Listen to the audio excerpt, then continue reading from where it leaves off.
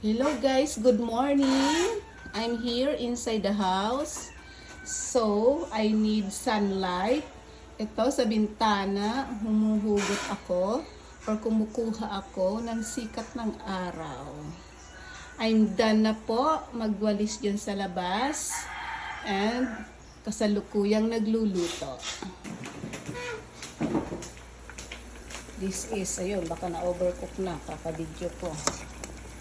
This is my menu for today. So, namitas habang nagwawalis ako kayo na sa bakuran, namitas na ako ng malunggay. Dapat ano to, 'di ba? Talbos ng kamote. Sayang naman ang malunggay doon, baka kasi putulin na naman ng dumadaang truck. Maliit kasi ang space ko sa labas. Naglalabasan ang aking mga halaman sa kalsada. And simultaneously, nagluluto rin po ako ng okra. Ayan, kasi nasa ref to. Binili ko pa to last week, bagong pitas. Ngayon, hindi na bagong pitas. Walang nagluto.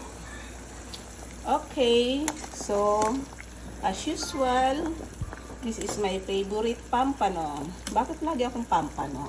Para kasing itong na-discover kong isda na magandang ikusido. Pero di ko alam kung kusido ang tawag dito sa aking ginawang na to. Luto. Bye-bye. I will eat na. At namitas na nga rin po ako ng atis. Ito po ay proudly presents my tanim.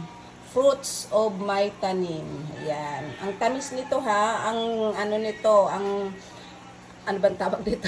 Punla nito ay galing kay Lusyotan.